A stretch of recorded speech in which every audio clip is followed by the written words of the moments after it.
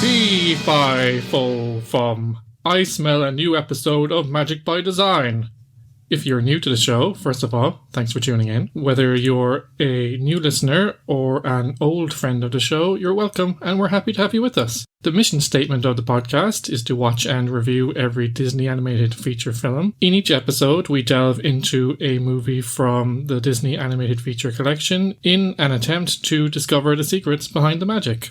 This week, we're taking a look at Disney's 9th animated feature film, Fun and Fancy Free. I'm Ken, and I'm joined, as always, by my brother / co-host, Garrett. Gar, how are you? My back hurts. Is that what you expressed, ow, right as I was... Yes. Literally, right as I was hitting record, Garrett was like, ow. And I was like, are you okay? Should I continue? And he was like, never mind. Just like, shut up, leave me alone. Well, I will turn it into content, and then everything will be fun. My pain and suffering will be worthwhile, because I will have converted it into content. I was sleeping last night, and then I turned on the bed, and then I pulled my back. So now it's still sore. That happened to me recently as well, except it was my shoulder. I just woke up in intense pain. It's like, what did I do to myself? This is the sign that we're just getting old and broken. That just like turning in bed is what just leaves us crippled for a day. Never mind physical exercise, it's just moving normally. Just moving is too much for me to bear. Yeah, I'm 31 this year, and, you know, everything is getting harder. And I don't feel like I'm that old, but, like... You are. I am that old. But it's just a thing that happens with age, and I'm just not ready for it, because, like, in my mind, I'm still, like, 18. Yeah. Basically, that entire decade didn't happen, didn't it? At least mentally. Physically, it's definitely happened. Yeah, I'm still a child up here. I'm pointing at my head, in case you can't tell. Yeah, you said old listeners. I don't think we've been around long enough to have old listeners. We have regular... We have regular listeners, but yeah. we've had 9 episodes. It's not like, if you've been around since the good old days of 2 months ago, well, thank you. Some people have been with us since day 1, Karen. I want to recognise them. Well, sure. Day 0, technically, because there's the introduction podcast, which is not episode 1, it's episode 0. Yeah, I've since learned that those intros are supposed to be like 4 minutes long, and ours is like 15. What do you mean it's supposed to be? The podcast handbook tells you that it should only be 4 minutes long? It's supposed to be like a trailer, and ours is like a mini episode. Well, it's not a mini episode, it's like an introduction. It's an introduction with plenty of talk about Digimon. What more could you want in the world? It's one of our most listened to episodes. There we go. So everyone was like, oh, I love the Digimon talk, and then they didn't get any Digimon talk when they actually listened to the podcast. So they were very upset with the distinct lack of Digimon talk. This is not the Digi podcast. Digimon. Digital podcast. Oh, should do that and review every episode. I would listen to that podcast. There's that, to be fair, that podcast probably exists. I would be shocked if there's not a Digimon retrospective review podcast. In fairness, this podcast probably exists as well, but we're doing it the best. We should do a Den retrospective review podcast. See, all the Niall Horan fans are mad at the Den. They want to cancel Dustin the Turkey. For the international listeners, the Den was like a kids' TV show. So remember back in the day, maybe you might have Disney Channel or Nickelodeon if you're in the UK, where they'd have an in-studio talk show host as such, but for kids with puppets, and they'd introduce the Toonies. That was the Den. Yeah. And realistically, people watched for the interstitial bits more than they watched for the Toonies. And the Den became a cultural institution, which isn't around anymore. And now they did a comeback for... Is it around? No. All right. You looked like you were going to correct me there. But no, I was not. I was listening to you intently. Yeah, so they did a little comeback special for Irish comic relief, and they mocked Niall Horan. Niall Horan was on the show. He was clearly in on it. And then Dustin's like, we're cutting you off after a minute and a half. You're not... Whichever one is more famous. I don't know. I don't even remember. Harry Styles or something. I think he said Harry Styles. You're not Harry Styles. We're cutting you off after a minute and a half. And that made One Direction fans furious. They're legitimately furious. Swarming on RTEs. RTE is the national broadcaster who broadcasts the special. They're swarming their Twitter trying to take him down. Like, legitimately, there's a tweet going around that someone's like, this isn't funny, this is so disrespectful, and a bunch of people quote tweeting it being like, I'm so mad at this. It's like, what is wrong with you people? It was comedy, and he agreed to it. Why are you getting mad at the puppet? I'm pretty sure they told him what they were going to do, and if they didn't, it's even more funny. It's funnier if they didn't, yes. And it was actually a good line. I chuckled at it when he cut him off. There was a segment back in the day where I think it was called Talent on the Telly, where kids would come in, I think into the studio, or they might send in a tape. I don't think they could have sent back in a tape back in the day, though, unless they were posh rich kids with a camcorder. Yeah. But, you know, the kids would come on and do a talent, and he was doing that, and then they cut him off. Yeah. Because he said he applied many times as a child and he never got on. So, you know, Stans can back down because he's not talented. They're furious. They're so mad. It's very funny. It's like, stop taking the world. So, like, Niall Horan doesn't need you to protect him. He is a very wealthy man. He's perfectly fine. Sorry to cut across you there, guy. I was just thinking that when I watched that segment, it was like, he's so rich. He's extraordinarily wealthy. Just a young lad from Mullingar. I remember his X Factor audition, which was the genesis of One Direction, and they said, you're not particularly talented, but you have a nice attitude and a good sense of humour, so we'll put you through. And now he's one of the richest men in Ireland. And he happened to be thrown into the group known as One Direction, and they became stupidly successful. And now he's extraordinarily wealthy, and he's perfectly fine. If Dustin the Turkey is being cancelled, Ken, in the year of our Lord 2020. Is that the end of your point?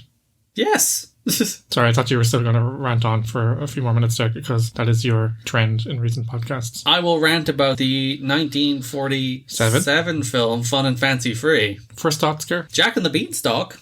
Mm-hmm. That's a thing. I was looking up the history of adaptations, because it was like, how fresh is Jack and the Beanstalk as a story being retold? Is it like Spider-Man remake levels, or was it still relatively fresh? And obviously the book was written in the story, I'm not sure it was in a book. It was written in the 1700s, so like it at least was popular enough to last 150 years before its first adaptation in, I think it was 1907, was a live action version of it, a 10-minute live action version of it. Disney did a animated short of their own in 1922, I believe, and then this, I think, if the Wikipedia is to be believed, is the third major adaptation of Jack and the Beanstalk on film. At least I'm sure they've done like theatre presentations of Jack and the Beanstalk, and maybe even a panto at that stage. I don't know. When did pantos exist? No idea. But I was just thinking, it's like, how saturated, because to us, Jack and the Beanstalk is about as saturated as it could possibly get. Like, literally, there's been hundreds and hundreds and hundreds of adaptations of Jack and the Beanstalk from literally every angle you could possibly imagine. So us sitting and watching a Jack and the Beanstalk story in the year of our Lord 2020, where Dustin the Turkey has been cancelled, is extremely, you know,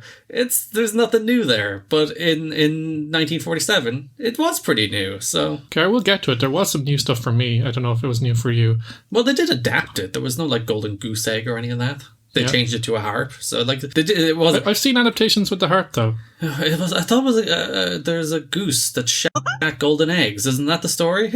I don't really know. I haven't read the actual story. The source material. That was your job for the podcast, Gar? Well, that's the problem with so many adaptations of it, that all of them will take certain liberties with it, and then you don't know what the actual source was, because I've never read Jack and the Beanstalk, and it was meant to be my job. You're right. Which I've been slacking on because of all these freaking bit part films with multiple stories, and I'm like, I'm not reading multiple source materials. You think I'm listening to all of Peter and the Wolf? Though technically I did, because it's part of Peter and the Wolf, so I did the research while watching Peter and the Wolf. Suck it. Disney had a habit of doing this. They'd make shorts, and they might even adapt it into films later, or use elements from those shorts that they've learned techniques from to put them into their later films. So you see this happening quite a lot. This, Gar, is the fourth film of the package era of the 1940s. We're coming into the post-war era now. And as I said last week, there was a lot of financial uncertainty at the studio, but also they were looking to re-establish themselves and get themselves on firm ground. So not only were they kind of playing it a bit safe because they didn't want to have any more financial losses, we were also seeing them produce these films as a method of financing single subject features like Cinderella, Alice in Wonderland, and Peter Pan, which would follow in the coming years. Golden goose is in fact in the story. Well, it's actually an enchanted goose that lays golden eggs. Is up there. So yeah, that's in the original. So there you go. The harp is a bastardization of that story. Good to know. There you go. Cara is very great for doing live research while we're on the podcast. I always say, Ken, you just do it live. You have extensive notes, and I'm like, I'm Googling Jack and the Beanstalk on the fly. While not listening to me. Yes. The film features 2 segments, as we said. Bongo, the story of a performing bear in the circus who longs for freedom, and Mickey and the Beanstalk, a retelling of the classic fairy tale Jack and the Beanstalk. You had a stuffed monkey named Bongo when you were a child. I did. He is the world's strongest monkey. He had a vest that said such. I think he was a promotional toy for, was it like the Commonwealth Games or the Olympics or something like that? And you named him Bongo. Yes, no relation. No relation to the bear. I only realised the bear was a thing this week. He's also no relation to the Womble named Bongo. Easy mistake to make. Yes. This one is a mixture of animation and live action again. Celebrities Edgar Bergen and Dinah Shore were introduced in order to appeal to a mass audience. RKO were unconvinced by Mickey and the Beanstalk, even with the addition of Bongo, so they wanted a bit more star power. Yeah, we don't like your mouse anymore, Walt. We need to beef this thing up with the puppets. Jiminy Cricket was also reintroduced to act as a sort of host for the film, so they were really swinging for the fences here, trying to put in all the appeal possible to pull in an audience. Disney felt that since the animation of Bongo and The Legend of Happy Valley, which was the original name for this film, were not sophisticated enough to have their own feature films, and they decided just to bung them together, have a package film with a framing device, as you noted. All right, Ken, I'm on the Wikipedia page for ventriloquism. Apparently, ventriloquism started as a religious practice. The Greeks called it gastromancy. The noises produced by the stomach were thought to be the voices of the unliving, who took up residence in the stomach of the ventriloquist. So, original ventriloquism came from people thinking your stomach growling was dead people. Yeah, on that point, Edgar Bergen was probably the most famous ventriloquist at the time. The first one to kind of gain mainstream success and be on television. Well, who knows how famous the gut ventriloquists were. They were probably celebrities of the time. It's like the Derek Acora of their time. It's just like, that grumble is your grandmother. Her name begins with Joanna. Yeah, Joanna. That's the original huckster frauds were ventriloquists. Well, ventriloquism did have its home in vaudeville for a long time, which was basically a step up from carnyism. The ventriloquists would then interpret the sounds as though they were able to speak to the dead and foretell the future. God, that's much more interesting than making puppets talk and pretending your mouth isn't moving. Yeah, we'll get back to Edgar and his friends later. I don't think he was a very good ventriloquist. Well, in fairness, his mouth moved too much. I don't think it's a medium for a film, because there was a lot of close shots where he was performing with the puppets, and it's very obvious. But you're on a stage as well, and I assume that and he had a television show, or what again? Assume that people could see his mouth while he was doing it. It's just puppetry if you're hiding the person doing the ventriloquism. If you look at Jeff Dunham today, though, you can still see his lips moving. It's not so much that his lips aren't going to move, but just minimal movement of lips while producing voices is the talent, I guess. Yes, but Edgar Bergen had plenty of lip movement. I'm saying he's a fraud. Gary, we can't get stuck on Edgar. We have a lot of podcasts to go. We'll come back to him when we go back to the segment. I did like Charlie McCarthy as a acerbic wit, though. I did indeed. Charlie McCarthy is quite the antagonist. I'll tell you what, Ken. I can understand why it was called the Charlie McCarthy Show and not the Edgar Bergen Show. Edgar Bergen was the fall man, the straight man, if you will. Charlie McCarthy carried that relationship. Interesting note here, Gareth. Throughout the 1940s, Disney had suggested pairing Mickey and the Beanstalk with The Wind and the Willows, which was in production at the time, and it was going to be called The Two Fabulous Characters. Who were the two characters in this that were fabulous? Mickey? I don't know, and Mr. Toad. Anyway, eventually they decided to pair it with The Legend of Sleepy Hollow instead, and it was retitled The Adventures of Ichabod and Mr. Toad, which we will be doing in 2 podcasts. We have another freaking music one next week. God damn it. We do. We have another Fantasia and Make Mine music style film next week. I will say, coming back to just a film that was just 2 prolonged stories was quite nice. There's just 2 decent 35-minute-ish stories. I think I think they were about of equal length. I didn't have my stopwatch out. The film was about an hour 15 long. I think it was roughly split in half. Bones of half an hour each, I'd say. The film was released in 1947 to mixed reviews. The critical consensus was that it was enjoyable but forgettable. They seemed to feel that Disney was only shooting for mediocrity at this time. I think that's backed up by the fact that we did say he's playing safe and he's trying to hedge his bets and avoid kind of heavy losses like they had on the likes of Pinocchio and Bambi. And they were like, let's load it up with celebrities. Let's put Mickey and Donald in there. Let's leave no stone unturned that can get something going here. Some juices going after these crappy, well, not that crappy, but some of them have been good, except the Three Caballeros, which is crappy. But they're really trying to juice the numbers, Ken. Yeah, really trying to throw the kitchen sink at it in the hopes that they would have a hit. RKO Pictures is desperate at this stage. It's just Even the classics they lost money on. All those only made money on re-release because of the war. Well, RKO had a lot of clout at the time, Gar, and they controlled the direction Disney took, so... It's wild to think about that, isn't it? Yeah. That a publisher is just like, Disney, get your shit together. We're losing too much money on these films. And Disney, what you think of like the global powerhouse that owns the world now, back then is just like, okay, we'll do our best. Yeah, because, as I said, these films were both envisioned as features in the beginning and they were shelved. RKO had no faith in Mickey and the Beanstalk succeeding, and they really pushed back on it as a feature. That's why it never came to fruition. But, like, realistically, this is what they should have done with Dumbo. You know, Dumbo was a 60-minute... Like, Dumbo was in that weird middle ground where it was at, like, roughly 60 minutes. It was too short to be, like, a full feature, but also too long to be satisfying. As like, if they cut Dumbo down to, like, 35 minutes and put it in, paired it with something like this, something like Mickey and the Beanstalk, I think Dumbo would have been a lot better in that kind of role. Yeah. People like Dumbo, and I'm like, it's not bad. I have no problem with Dumbo. It's pretty good. It's a little bit light, though. If you cut out all the filler, it would have been a nice 30-35 minutes, as you said, and you could have paired it with something else. Yeah, they should have done it retroactively recutting Disney's films of the 40s. Speaking of which, Gar, Bongo, which is the first short we saw, Bear. was based on a short story, Little Bear Bongo, written by Sinclair Lewis for Cosmopolitan magazine in 1930. Doesn't seem like their kind of thing, but... They're really desperate for material. They don't want to come up with their own original stuff at all. But to your point, it was suggested that Bongo could be a sequel for Dumbo, and some of the cast from the 1941 film would return as supporting characters. However, the idea never really materialized, so you could have had those two side by side. Because, like, Bongo is basically, as a story, the start of Dumbo and the end of Bambi.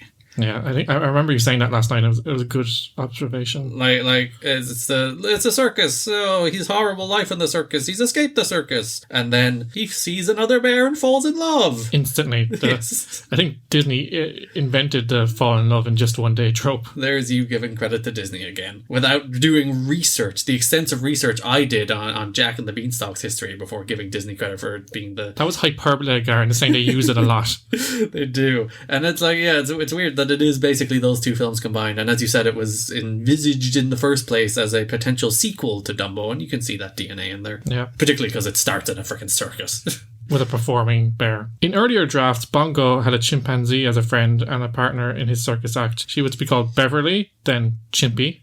They really downgraded it there. Chimpy. But the character was ultimately dropped when condensing the story. Bongo and Chimpy also were to encounter two mischievous bear cubs in the wild. That was also dropped. And originally the character designs were more realistic. They're going to go for more of a Bambi look, but then they decided to change that. It was too hard. Well, there is a bunch of realistic looking bears. And Bongo is not realistic. He's a cub. He's a cute little bear. Whereas like there is an adult bear. There's the mean angry bear who he has to fight for the love of. And then there's a bunch of other bears who sing songs and tell him about how bear slapping works. Those are relatively realistic looking bears. Yeah, but for Fun and Fancy Free, it was considered unsuitable because it would have been too jarring. It's more of a cartoonish, pleasing style, so it wouldn't have been the Fun and Fancy Free that they were looking for. Fun side note, Gar, the script was completed by December 8th, 1941, the day after the attack on Pearl Harbor. Well, there you go. It's apropos of nothing. But it's 1941. Yeah. And this film was released in 47. Yeah, but like... What took 6 years to finally get the damn thing out? Well, as I said, it was originally envisioned as a feature, then the war broke out, and the animator strike, and then they were like, okay, we have this content, let's try and... We're desperate to fill these film release slots that no one wants. Gar, I did some research on the original story, unlike you. Okay. In the original story, Bongo is content with his life in the circus and escapes by accident. Well, whereas in here, he's a horrible prisoner living a dreadful life. They're literally, it's prison. They're not even subtle. It's like, the bear is in prison. In that other classic Disney trope of somewhere out there, a better life is waiting for me. Somewhere out there. He eventually comes across a clearing inhabited by wild black bears. For the next year, Bongo attempts to befriend the wild bears, who find his civilized behaviour annoying and continuously shun him.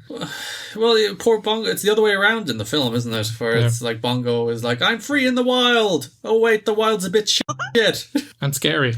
Like, this film is really a commentary on how the outdoors is bad, and you shouldn't leave the house because you have all your comforts at home, and that everything outside is scary, and bugs in particular are terrifying. This was a proponent for lockdown in 1940. Yes, yes, it was that you should not. You should only the outdoors is to be admired from afar through a glass window. Yeah. It's like, look at these trees. Look, aren't they nice, Ken? That's pretty. Now back to my Xbox. Yes, now away from the world. The Xbox can't hurt me unless it catches fire and burns my house down. Though Bongo eventually learns how to hunt for wild animals and fight in self-defense, he's still too pacifistic to attract any approval from the wild bears. So the bears don't fall in love with him instantly? No, they do not. And his attempts to find a mate in the she-bear called Silver Ear fail dismally, particularly when he finds himself competing for her affection with a sturdy, violent he-bear called Lumpjaw. I think they use that name in the short as well. I don't remember. In the featurette. It's fun. It's like it's probably more interesting than the film, because the film is like she's desperately in love with Bongo, but then accidentally slaps the other bear in the face, and that means they're betrothed. That's the law, and they have to be married forever. And Bongo is like, well, this is an unfortunate series of events. That's a good point, Gar. This film posits the theory that bears of Bongo species slap each other to signify affection and the intention to mate. I could not find this anywhere. Yeah, I googled it during the film. It's like, do bears slap each other? It's like, no. It's a really troubling treatment of relationships and women's agency to choose. I know it's a product of its times, but one sequence with a male bear seemingly stalking an unwilling female partner to slap her and claim her for himself was very troubling in 2020. Well, does it not give the women more agency? Because if they don't slap anybody, the bears are like, well, shit, there's nothing I can do. I haven't been slapped. I just slapped her. That's just assault if she doesn't slap back. You go to bear jail. So getting back to the original story here, after his first hibernation, Bongo discovers that Silver Ear and Lumpjaw have had cubs together, and she viciously drives them away. She's like, no, I'm with Lumpjaw now. Get out of here. I have children, you creep. Get over it. Find another bear. I'm married. A broken-hearted Bongo leaves the community of wild bears and travels west, where he eventually comes across the town of Conquistador. Conquistador is hosting another circus, which immediately attracts Bongo. Heedless of the citizens' panic, he rushes into the tent to show off to the ringmaster, who automatically infers that this bear must be trained already. Yes, he's just not a wild bear that's going to kill us all. It's a special bear. And he accepts him. The story concludes with Bongo once again in the lap of luxury, with the circus's other bear, a similarly civilized and pacifistic female, as his new mate. So he never needed to leave in the first place. There you go. That's a much better moral. Well, actually, there's a different circus, so maybe he did. Well, the moral of this film is that he eventually learns to love the wild and falls in love. Where the moral of the story seems to stick firmly in the camp of the outdoors is scary and you should stay in your comfort zone. So yeah, I'm more on board with this story. I really enjoyed the physical comedy of this one. It's very slapstick in tone and played out something like a kind of a Chaplin, like Laurel and Hardy, Three Stooges style thing. There's a really funny sequence where Lumpjaw is chasing Bongo and they end up on the river on a log and they're trying to knock each other off of it. Bongo is a master unicycle fighter. Yeah, like he's the originator and master of Kung Cycle Fu. Kung Cycle Fu. I'm trying to combine it somehow. Unicycle Fu. Unifu Kung Uni Fu Kung Fu Kung Funi. There we go. Got there in the end. I was initially very impressed with the fluid animation of Bongo on his unicycle, but even more so when he managed to use it to fight another bear. I want a Bongo video game. That would be fights fun. Bears and platforms. Like a side scroller, just a short one. Yeah. And then he fights bears and he bounces up and down. Get on that, Disney. Break Bongo back out. What's Bongo been up to? Nothing. The Bongo, this is his only appearance, Gar. Chip is in this film again.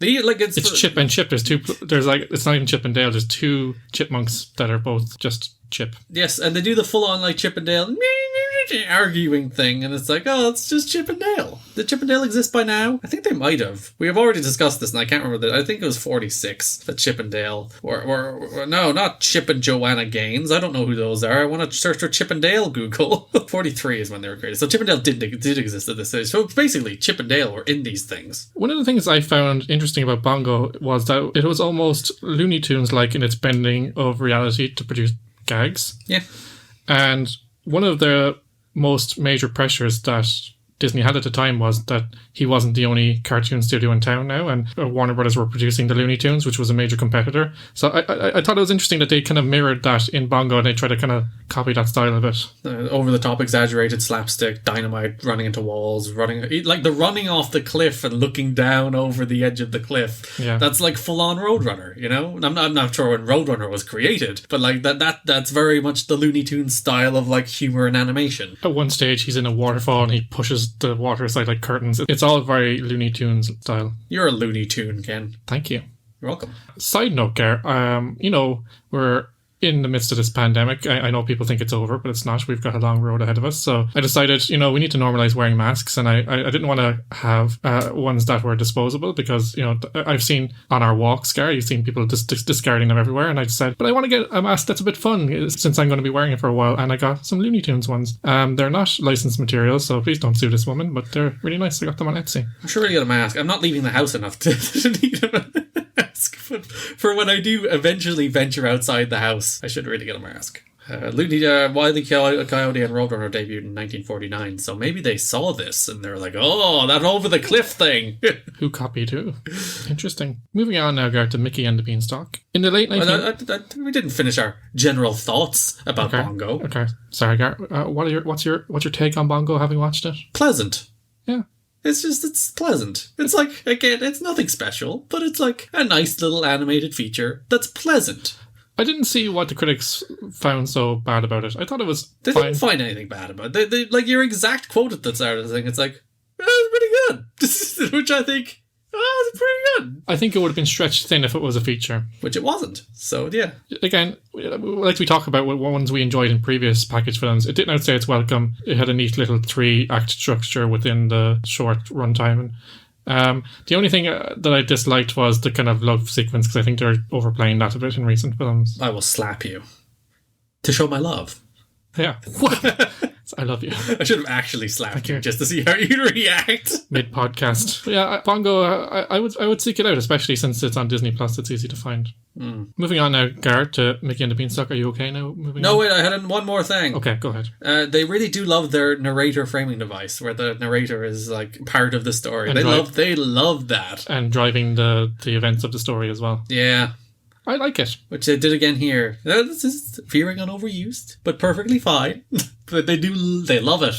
Yeah. This feels like a time, as we said earlier, where anything that was successful or worked, they were just kind of writing that as much as they could to, produce stuff that was appealing. And obviously, Dinah Shore narrated Bongo and sung the songs. So, they wanted to have use of her celebrity status, but also, not waste her while they had her. Yeah, because like there's no other voices in that story. She drives the narrative. She fills in any dialogue holes and all that stuff. So it's like a storybook in a lot of ways. Yeah, the framing is that she is reading the story. It's actually a record being played of her reading the story to you. Gar, are we finally ready to move on to the second short in this featurette? I should say in this featurette. Film? Good God! Yeah, it's not a short. It's not a feature. It's a featurette.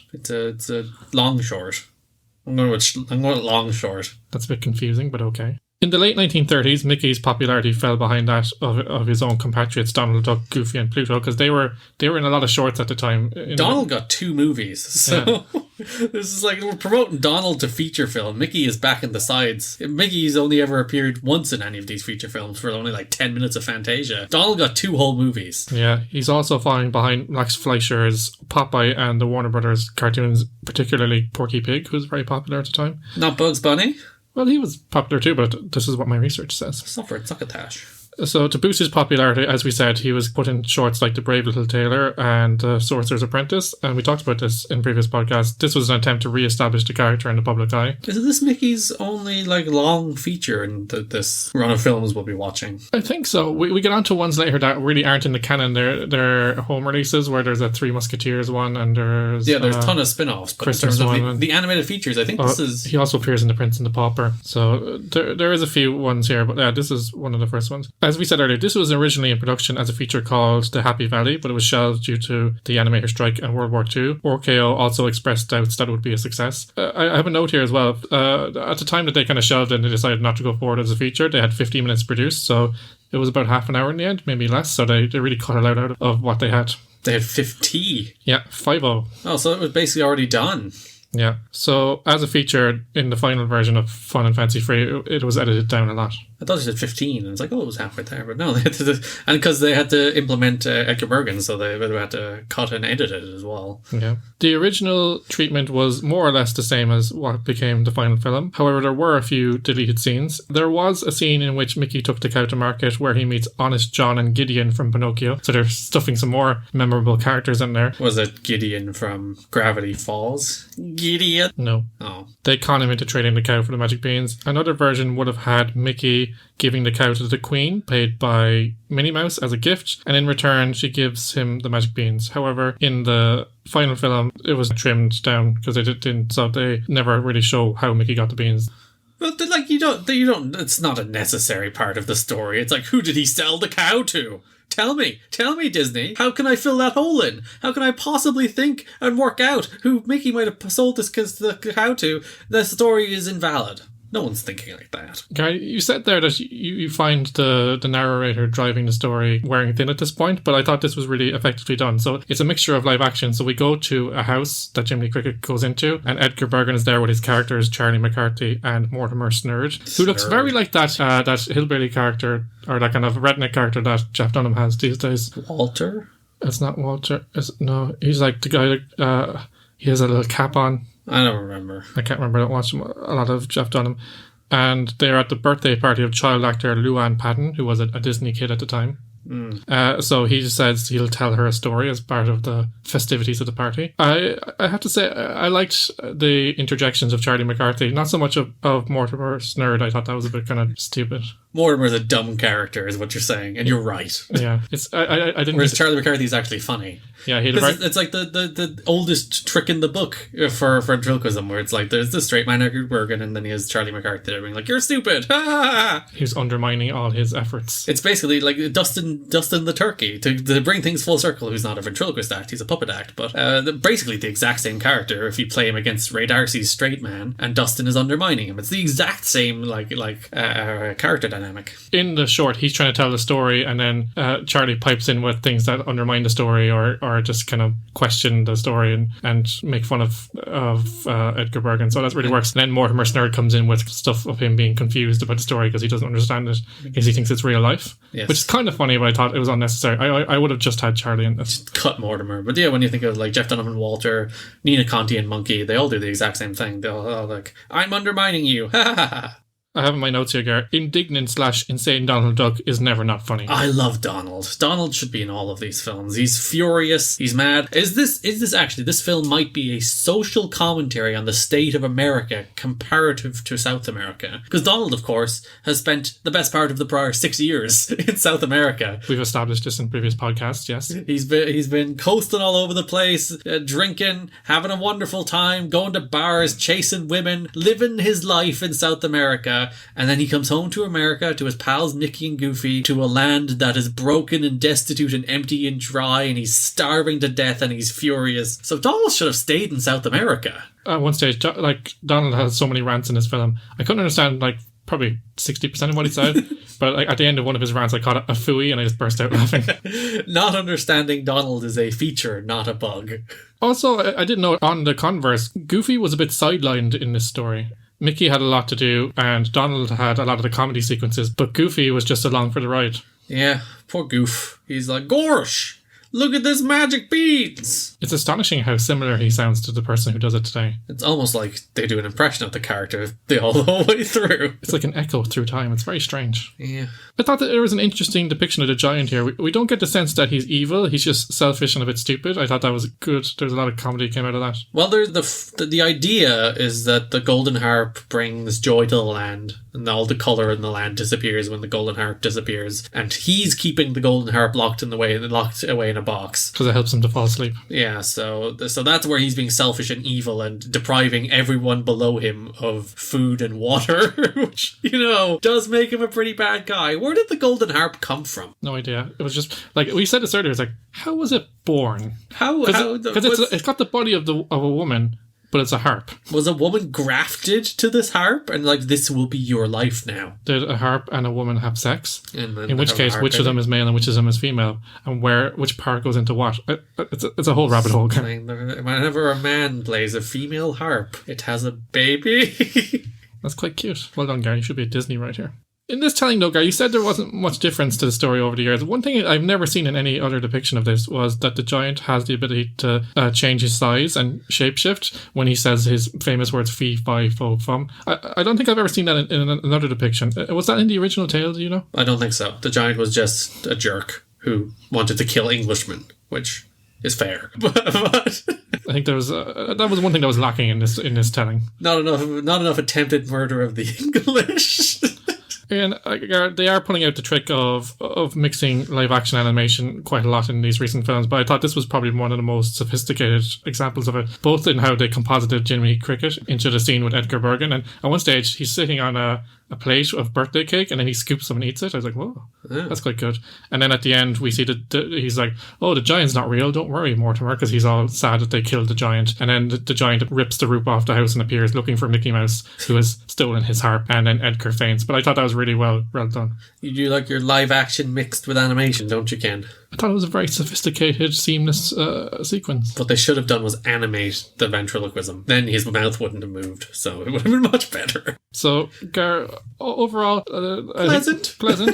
Pleasant. I think I preferred Bongo slightly, but... Yeah, Bongo had a bit... Bongo, I suppose, it was new in terms of... It was fresher to... Yeah, this is again me with my 2020 eyes, having seen 75 million adaptations of Jack and the Beanstalk. So I'm like, alright, with Jack and the Beanstalk, who cares? Whereas Bongo's like, look at this bear, he's on a unicycle. Isn't this joyous? At least I had something new and interesting to look at, from our point of view, having never seen it. Whereas, it's kind of like a panto, as you said, Gar, or pantomime. You go to the pantomime, you see Jack and the Beanstalk, like, yeah, that's fun and pleasant. I'm going to forget about that straight away. You say the fee-fi-fo-fum, there's the Englishman, there's the magic beans, there's the beats of it. They're apparently looking at making a new version of Jack and the Beanstalk, directed by the same person who directed Tangled, that was meant to be released this year, but they cancelled it. I don't know if there's a space in the market for that these days, because we've had a few live-action ones in recent years. There was an aspect in Into the Woods, and... what was it? Jack the Giant Slayer, I think? Yeah, so I don't know. I just don't think there's a fresh way of telling that story. It's been told to death. We're going to talk quickly about the music of this film, Garrett. Now, we don't dwell on it because Nicole does a fabulous job of talking through it at the end of the podcast, but a few notes I have here. Jiminy Cricket from Pinocchio sings I'm a Happy-Go-Lucky Fella, a song that was written for and cut from Pinocchio before its release.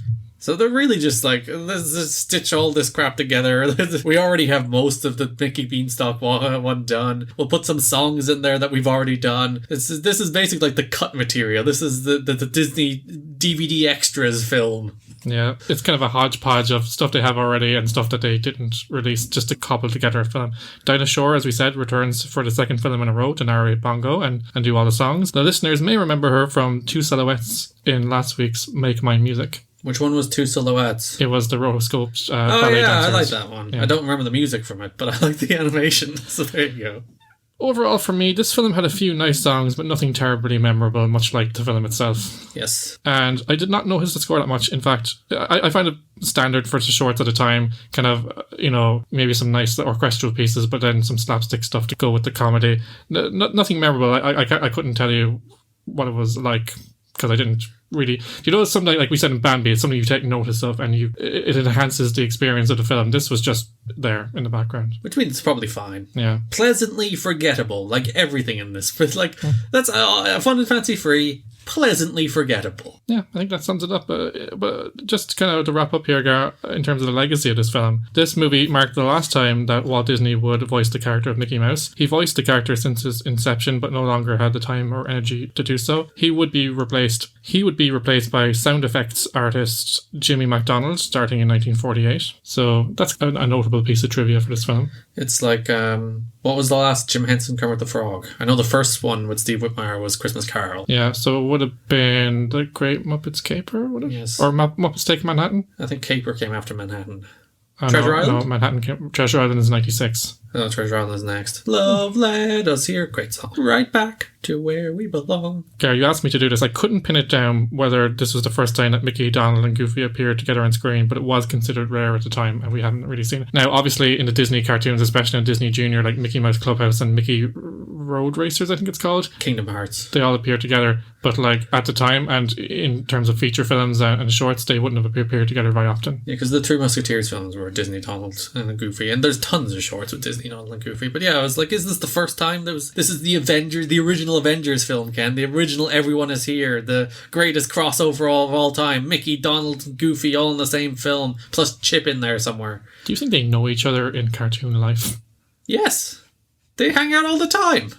Yeah, at the time, did you think that they were considered friends or they were separate? Clearly they lived in the same house. They lived together. they ate together. I know in this film, but like in the cartoon universe, are they in the same universe? Yes, because they're in this film together. Garrett, don't make fun of me.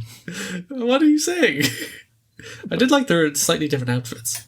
Yeah. They weren't wearing their classic attires. They were wearing more like peasant gear. Peasant medieval gear. And I thought they were farmers. Mickey looked cool. Yeah, kind of what I meant was that, like, before this, do you think they would have ever envisioned putting them together? Yes, because money.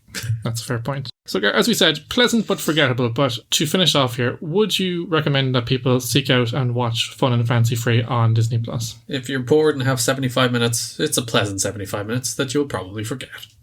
Pleasantly forgettable. Bring back Bongo. I would say Bongo is worth checking out. I think that's something that it's a kind of an obscure one that many people wouldn't have seen before. If you've somehow gone through your life without ever seeing Jack and the Beanstalk, Mickey and the Beanstalk will be quite good. Yeah. But I don't think there's a single person on Earth who has managed to go through life without seeing any adaptation of Jack and the Beanstalk. Yeah. There's a lot of Disney films that I would recommend before this, but I would say, unlike some of the films of the package here, yeah, I think it has some merit, and I think it's worth a watch. Pleasantly forgettable. Okay, Disney fans, that's nearly it for the show this week.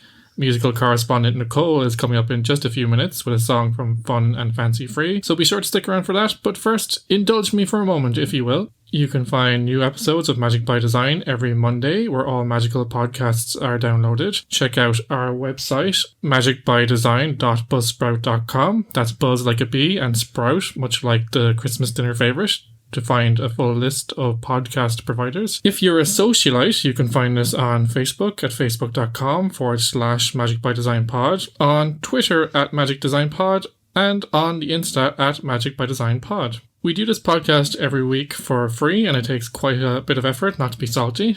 So if you like the show, if you pick up what we're putting down, please do consider giving us a positive review on your podcast platform of choice. Share the podcast on your socials, or even recommend the show to a fellow Disney fan. Ken is like, I edit this for an entire day. Do it! Please. It takes so long. What's that, Ken? My stomach is grumbling.